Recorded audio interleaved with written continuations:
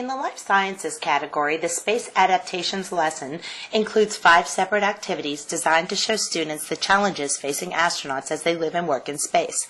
In the lesson, students compare the amount of calcium needed by the body at different developmental stages of life. The students then compare the effect of calcium loss on bones. Download the lesson plan from the NASA Summer of Innovation website and locate the Holey Bones activity, Lesson 3 of 5. The Holey Bones activity is on page 44 through 46 of a larger educator guide. There are 2 parts to the lesson. In Part 1, students simulate the amount of calcium present in the body at different developmental stages from newborn through adulthood.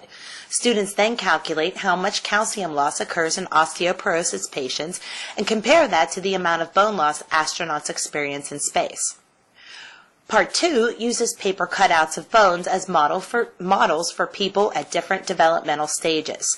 Students use the calculations completed in Part 1 for the second activity.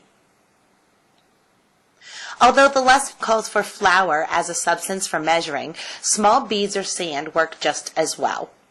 Students measure an amount of flour to place in plastic bags. Once the bags are filled, they should be sealed and labeled. Students calculate the amount of bone loss in each sample using the guides in the procedures.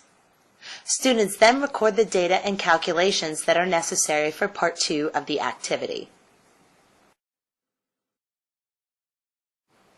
In Part 2, students draw and cut out an image of a bone.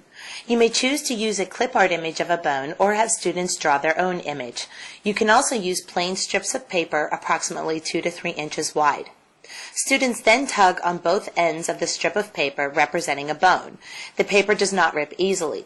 Then students make holes in the bone using a single hole punch. The students use the calculated data from the first part of the activity to place an appropriate number of holes in each bone.